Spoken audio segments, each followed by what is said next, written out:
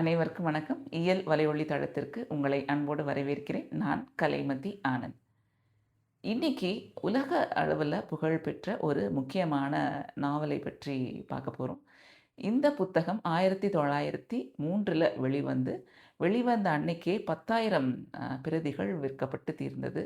உலக அளவுல இந்த நாவலுக்கு ஒரு மிகப்பெரிய வரவேற்பு இருக்கு. ஐரோப்பிய மொழிகள் பலவற்றிலும் மொழிபெயர்க்கப்பட்டு, அங்க இன்று வரைக்கும் ஒரு புகழ்பெற்ற நாவலா இருக்கு. அதேபோல ரஷ்ய மக்களும் இந்த நாவலை விரும்பி படிப்பாங்க. தமிழ்லயும் மொழிபெயர்த்து நெறையா புத்தகங்கள் விற்பனை ஆயிட்டுருக்கு. இந்த புத்தகத்த பார்க்கறதுக்கு முன்னாடி, நீங்க இந்த சேனல அ முதல் முறை பார்க்குறீங்க அப்படின்னா, இந்த சேனல்ல நம்ம நெறைய புத்தகங்கள பத்தி பேசப்போறோம். நெறைய புத்தகங்கள பத்தி அதோட புத்தக பார்வை பத்தியும், அந்த புத்தகத்தோட கதை சுருக்கம் நெறைய பேரால புத்தகங்கள் படிக்க முடியாத ஒரு சூழல் இருக்கு. ஆனா புத்தகத்தில ஆர்வம் இருக்குன்னு சொல்றவங்க, அ அவங்களுக்கு இந்த சேனல் ரொம்ப பயனுள்ளதா இருக்கும். ஏன்னா, இதில நம்ம கதை சுருக்கம் பார்க்குறோம், புத்தக பார்வை பார்க்குறோம், புத்தகம் பற்றிய நிகழ்வுகளை பற்றி பார்க்குறோம். இன்னும் நெறையா காணொளிகள் உங்களுக்காக காத்துட்ருக்கு. உங்களுக்கு இதில ஆர்வம் இருந்ததுன்னா, புத்தகங்கள் பத்தின ஆர்வம் இருந்ததுன்னா, கண்டிப்பா இந்த சேனல சப்ஸ்கிரைப் பண்ணுங்க, லைக் பண்ணுங்க. உங்க நண்பர்களுக்கு இத அறிமுகப்படுத்துங்க. இப்போ காணொளிக்குள்ள போலாம். இன்னைக்கு நம்ம பார்க்குற இந்த புத்தகம் உலக அளவுல மிக பிரசித்தி பெற்ற அந்த புத்தகம் பார்த்தீங்கன்னா, அ ஜாக் லண்டன் அமெரிக்க எழுத்தாளர் திரு ஜாக் லண்டன் அவர்கள் எழுதிய கால் ஆஃப் த வைல்ட் அப்படிங்கிற ஆங்கில புத்தகத்தோட தமிழ்ல மொழிபெயர்த்து வெளிவந்த கானகத்தின் குரல். இந்த புத்தகத்த பத்தி தான் பார்க்க போறோம். இத மொழிபெயர்த்தவர் திரு பெரியசாமி தூரன் அவர்கள். இவரோட மொழிபெயர்ப்புல ரொம்ப நல்லா இந்த புத்தகம் வெளிவந்திருக்கு. இதோட கதைக்குள்ள போறதுக்கு முன்னாடி, அ இந்த நாவலோடைய எழுத்தாளர் ஜாக் லண்டன். அவர் பேர்ல லண்டன் இருக்கனால அவர் லண்டனை சேர்ந்தவர் இல்ல. அவர் ஒரு அமெரிக்க எழுத்தாளர். அ அமெரிக்கால பிறந்து வளர்ந்த அவரு, சின்ன வயசுல நெறைய துன்பங்களை அனுபவிக்கிறாரு. அவருடைய அப்பா குழந்தை பொறந்தோனே விட்டுட்டு போயிடுறாரு. அம்மா வளர்ப்புல வளர்றாங்க. அம்மாக்கு இன்னொரு கல்யாணம் ஆகுது. அம்மாவோட அரவணைப்பிலயும், அந்த செவிலி தாயோட அரவணைப்பிலயும், தன்னுடைய அக்கா அரவணைப்பிலயும் அவரு வளர்றாரு. ஒரு 15 வயதிலேயே அவரு நெறைய வேலைகளுக்கு போக ஆரம்பிக்கிறாரு. பல வேலைகள் செய்து குறிப்பா இந்த ஆழி சிப்பிகள் கடத்துவாங்க அந்த காலத்துல. அத கடத்துற அந்த தொழில்ல கூட அவரு ஈடுபட்டிருக்காரு. கப்பல் ஏறி போய் கடல்ல ஒரு ஆழ்கடல்ல சென்று அந்த ஆழிச்சிப்புகளை கடத்தி அத விக்கிற அந்த குற்ற செயல்களையும் அவர் செஞ்சிருக்காரு. அது மூலமா அவரு சிறைக்கும் போயிருக்காரு. சிறையிலேருந்து வெளிவந்தோனே அந்த வாழ்க்கை அவருக்கு பிடிக்கல, களவு வாழ்க்கை. அதனால அந்த குற்றங்களை கண்டுபிடிக்கிற காவல்துறையிலயும் போய் கொஞ்ச நாள் பணியாற்றாரு. அப்புறம் அதுவும் பிடிக்காம போது. அப்புறம் பல வேலைகள் செய்து ஒரு தடவ அந்த காலத்தில கனடால அலஸ்கா மாகாணத்தில தங்க வேட்டை நடந்தது. கோல்ட் ஹான்ட்டுன்னு சொல்லுவாங்க. இத பத்தின சார்லி சாப்ளினோட ஒரு மிக பிரபலமான படம் கூட இத பத்தி வந்திருக்கு. கோல்ட் ரஷ்ன்னு சொல்லி. அ அந்த தங்க வேட்டைக்கு நெறைய மக்கள் போறாங்க. அங்க அங்க ஓடுற அந்த அலஸ்கா மாகாணத்தில ஓடுற சில ஓடைகள்ல தங்கத் துகள்கள் இருப்பதாகவும், அதை சேமிக்கிறதுக்கு உலகெங்கிலும் பல மக்கள் ஆர்வத்தோட அங்க பயணம் பண்றாங்க. அதில ஒருத்தரா நம்ம ஜாக் லண்டனும் பயணம் செய்கிறாரு. அங்க 2 வருஷம் இருக்காரு. ஆனா, அவருக்கு பெருசா எதுவும் தங்கம் கிடைக்கல. ஒரு அலுப்போட திரும்பி வந்துடுறாரு. ஆனா, அந்த பயணத்தில அவருக்கு கிடைத்த அனுபவங்கள் ரொம்ப ஜாஸ்தி. அத வைத்து அவர் சின்ன வயசுலேருந்தே எழுத்துலயும் அவருக்கு ஆர்வம் உண்டுங்கிறதுனால, அத பத்தின தன்னோட அனுபவங்கள பத்தி ஒரு நெறையா நாவல்கள், கதைகள் எழுத ஆரம்பிக்கிறாரு. அது பிரபலமடைய ஆரம்பிக்குது. அந்த நாவல்கள், கதைகள் எல்லாமே அவரோட பயண அனுபவங்கள் எல்லாமே அவருக்கு பொருள் ஈட்டி கொடுக்க ஆரம்பிக்குது. அதுக்கப்புறம் எழுத்து தான் தன்னுடைய வாழ்க்கைன்னு முடிவு பண்ணி, நெறைய எழுதுறாரு. தன்னுடைய பொருளாதார சூழலை மேம்படுத்தக்கூடிய விதமா எழுத்து நமக்கு கை குடுக்குதுன்னு அவர் நெனைக்கிறாரு. ஒரு கட்டத்தில ஒரு நாளைக்கு 1000 குறைந்தது 1000 வார்த்தைகளாவது நம்ம எழுதிறணும் அப்படின்னு நெனைக்கிறாரு. அது மூலமா அவருடைய கனவுகள அவர் அடையணும்னு நெனைக்கிறார். அவருக்கு நெறைய கனவுகள் இருக்கு. பார்த்தீங்கன்னா, ஒரு கப்பலை கட்டி அந்த கப்பல் மூலமா மேற்கிந்திய தீவுகளுக்கு பயணம் பண்ணணும்னு நெனைக்கிறாரு. அதுபோல ஒரு மாளிகை கட்டணும்னு நெனைக்கிறாரு. இப்படி பல கனவுகள், அந்த கனவுகளுக்கெல்லாம் எழுத்த தான் அவரு நம்புறாரு. நெறைய இடங்கள்ல போய் சொற்பொழிவு பண்றாரு. அவரு நெனச்சபடியே ஒரு கப்பல் கட்டிக்கிறாரு. ஸ்னார்க் அப்படின்னு சொல்லி அந்த கப்பல்ல அவர் பயணமும் செய்றாரு. ஆனா பாதி வழியில திரும்பி வந்துடுறாரு. அதில ஏற்பட்ட பல்வேறு விஷயங்கள் காரணமாக திரும்பி வந்துடுறாரு. அதுபோல ஒரு மாளிகை கட்டவும் முயல்றாரு. அ அதுக்காக நெறைய எழுதி நெறைய சம்பாதிக்கிறாரு அந்த வீட கட்டுறதுக்காக. ஆனா அது கட்டி முடிக்கிற தருணத்தில, தொறக்கிற தருணத்தில ஒரு தீ சம்பவத்தால ஒரு நெருப்பு பத்திக்குது. அந்த சம்பவத்தில அந்த வீடு முழுக்க எரிஞ்சு போயிடுது. இப்படி கனவுகள் எல்லாமே அடைய முடியாம ஒரு சோகத்தில அவரு தன்னுடைய 40வது வயதில இறந்து போயிடுறாரு. ஆனா அந்த 40 வயதில பார்த்தீங்கன்னா, அவர் 50 புத்தகங்கள் வந்து எழுதியிருக்காரு. அவர் எழுதி தள்ளின அந்த பெரும்பாலான புத்தகங்கள் எல்லாமே வந்து மிக பெரும் வரவேற்பை பெற்ற புத்தகங்கள்னு தான் சொல்லணும். அதில ஒண்ணு தான் இந்த கால் ஆஃப் த வைல்ட். அவர் வாழ்க்கையில ஒரு திருப்பத்தை ஏற்படுத்தி குடுத்த இந்த புத்தகம். இந்த புத்தகம் அப்படி ஏன் சிறப்பு இருக்கு? ஏன் அது அவ்வளோ பிரபலமா ஆச்சுன்னு பார்த்தோம்னா, பொதுவா கதைகள், நாவல்கள் எடுத்துக்கிட்டோம்னா, அந்த ஒரு புத்தகம் எப்படி வெற்றி பெறும் அப்படின்னு சொன்னா, அதில வர கதாபாத்திரங்களை வைத்து வெற்றியடையும். அப்புறம் அதில வர கதையோட்டம், மொழி நடை இப்படி பல்வேறு கூறுகளால ஒரு புத்தகம் வந்து வெற்றியடையும். இந்த புத்தகத்தில பார்த்தீங்கன்னா, இதோட கதாபாத்திரம். நான் அந்த அட்டை புத்தகம் காட்டும்போதே பார்த்துருப்பீங்க. இதில வந்து ஒரு நாயோட படம் இருக்கு. இந்த நாய் தான் இந்த புத்தகத்துடைய கதாநாயகன். பொதுவா இந்த மாரி விலங்குகள் வச்சு வர புத்தகங்கள் எல்லாமே பார்த்தீங்கன்னா, சிறுவர்களுக்கான புத்தகங்களா இருக்கும் அந்த காலத்தில. ஆனா, இந்த புத்தகம் வந்து ஒரு ஆழ்ந்த வாசிப்பை கொடுக்கக்கூடிய ஒரு புத்தகமாக அமைந்தது. ஏன்னா, இதில அவரு அறிமுகப்படுத்துற அந்த பக் அப்படிங்கிற அந்த நாய். இது வந்து அவரோட அந்த அலாஸ்கா அ பயணத்தில அவரு நேர்ல பார்த்து வியந்த ஒரு நாய். அத வச்சு தான் அவரு எழுதியிருக்காரு இந்த கதைய. இந்த பக்குங்கிற கதை, அந்த நாயோட கதைய பார்க்கும்போது, நம்ம மனித வாழ்க்கையோட ரொம்ப அதிகமா இத வந்து நம்ம பிணைச்சு பார்க்க முடியும். இந்த பக் சந்திக்கிற அத்தன விஷயங்களுமே, அந்த இடத்துல ஒரு மனிதனை வைத்திருந்தாலும், அந்த மனிதன் சந்திக்கக்கூடிய விஷயங்களாகவே அது இருந்திருக்கும். இதனால தான் இந்த புத்தகம் வந்து ஒரு மிகப்பெரிய வரவேற்பை பெற்றதுன்னு சொல்லலாம்.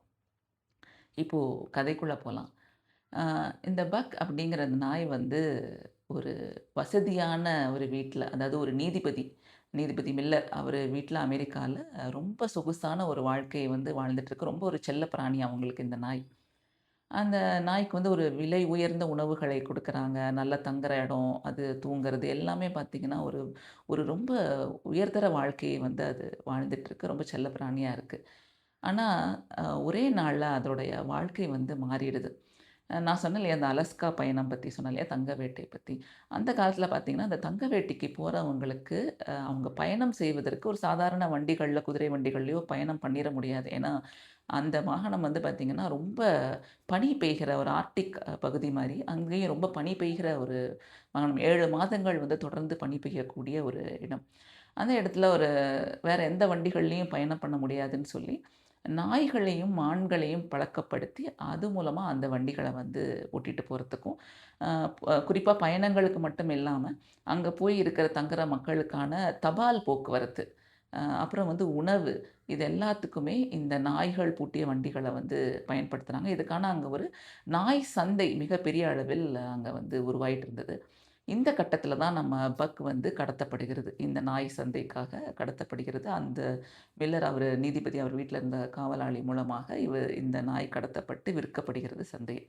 அத சில முதலாளிகள் வாங்குறாங்க. பக் வந்து என்னடா ஒரே நாள்ல நம்ம வாழ்க்கை இப்படி மாறிடுச்சே! நம்ம வாழ்க்கை எதை நோக்கி போகப்போது? நம்ம என்னென்ன கஷ்டத்த பார்க்க போறோம்? ஒரு பயத்தில, ஒரு பீதியில அந்த நாய் இருக்கு. அதை வாங்கிய அந்த பக்கை வாங்கிய முதலாளிகள் வந்து அத வண்டி ஓட்டுறதுக்கு பழக்கப்படுத்துறாங்க.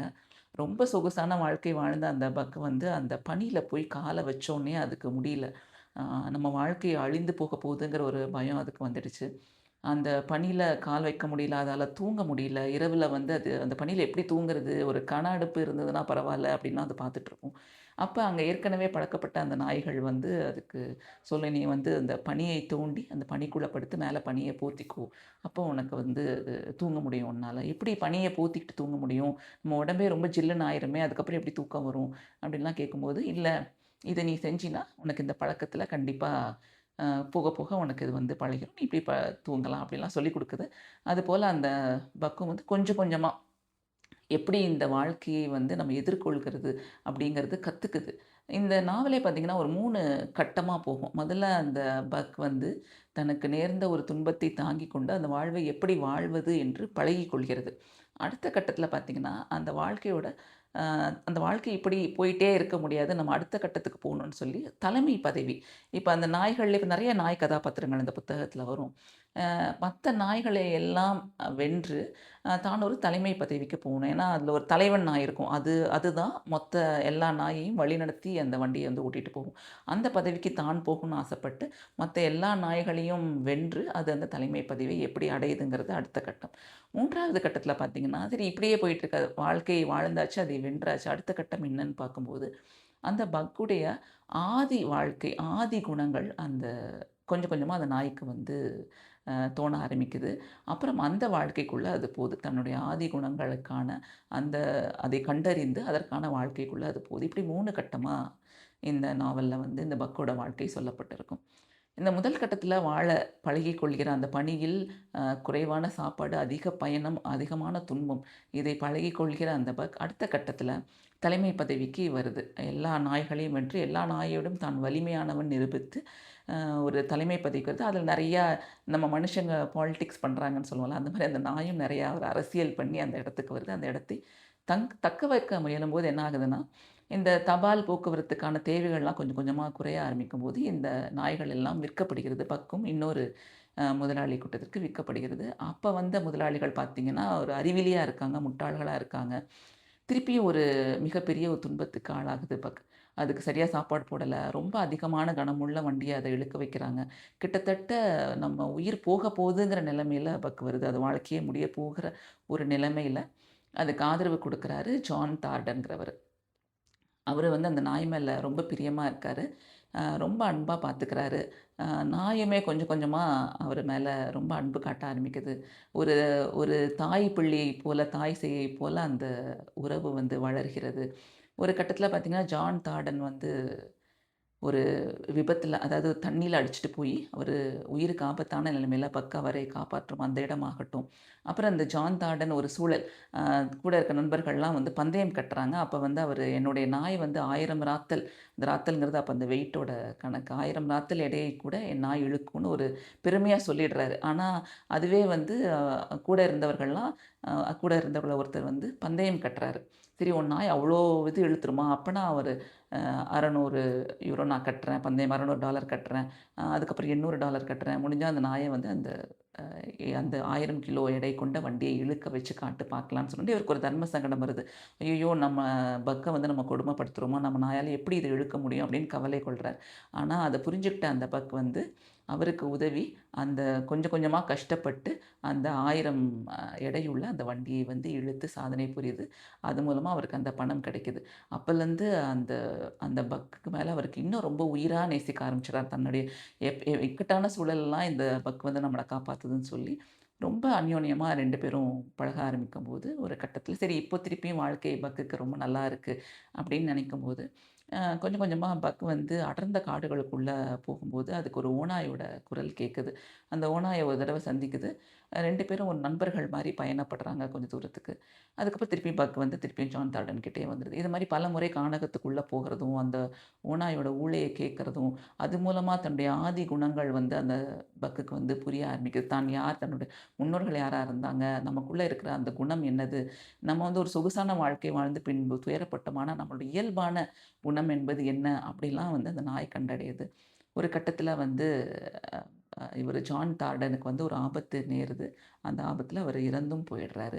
அதிக துன்பப்பட்ட பக் நம்ம முக்கியமான ஒருத்தர் நம்ம மேல அன்பு செலுத்த ஒருத்தரை இழந்த சூழலில் ரொம்ப சோகமா இருந்த பக் வந்து காட்டுக்குள்ள போய் அங்க இருக்கிற ஓநாய்கள எதிர்கொள்ளுது. அந்த ஓநாய்களை வெல்லுது. ஓநாய்களின் தலைவனா மாறுது. ஒரு கட்டத்தில அங்க இருந்த அந்த பழங்குடியின மக்கள்லாம் அந்த நாய பார்த்து பயப்படுறாங்க. இது ஒரு பேய் நாய்ன்னு சொல்லி அத பார்த்தாவே பயந்து ஓடுறாங்க. கொஞ்சம் கொஞ்சமா அந்த காட்டுடைய தலைவனா மாறுது. அந்த ஓநாய் கூட்டங்களின் தலைவனா மாறுது. தன்னுடைய ஆதி குணங்களை கண்டடையுது. அப்பப்போ வந்து ஜான் தாடனுடன் தான் தங்கியிருந்த அந்த குடிசை பகுதியில அந்த நதியோரமா வந்து சோகமா அந்த குடிசைய பார்த்துட்டு ஊளையிட்டுட்டு போகுது. இதோட இந்த கதை வந்து முடியுது. பொதுவாவே நம்ம ஒரு புத்தகத்த ரொம்ப நல்ல புத்தகம்னு எப்ப நான் நினைப்பேன்னா, அந்த புத்தகத்த மூடி வச்சதுக்கப்புறம், அத படிச்சு முடிச்சதுக்கப்புறமும் ரொம்ப நாளைக்கு அதோடைய பாதிப்பு நம்ம மனசுல இருந்துட்டே இருக்கு. அது மறையவே இல்ல அப்படின்னு சொன்னா, அது ஒரு சிறந்த புத்தகமா நான் வந்து எப்பவுமே நினைப்பேன். அந்த வகையில இந்த ஜாக் லண்டன் அவர்கள் எழுதின மொழிபெயர்க்கப்பட்ட கானகத்தின் குரல் ரொம்ப ஒரு ஆழ்ந்த பாதிப்பை ஏற்படுத்தக்கூடிய ஒரு புத்தகம். கண்டிப்பா அனைவரும் படிக்க வேண்டிய ஒரு புத்தகம். ரொம்ப அழகான மொழிபெயர்ப்பு செய்திருக்கிறார் பெரியசாமி தூரன் அவர்கள். நீங்க இன்னும் இந்த புத்தகத்த வாங்கி படிக்கலன்னா, கண்டிப்பா வாங்கி படிங்க. கானகத்தின் குரல்.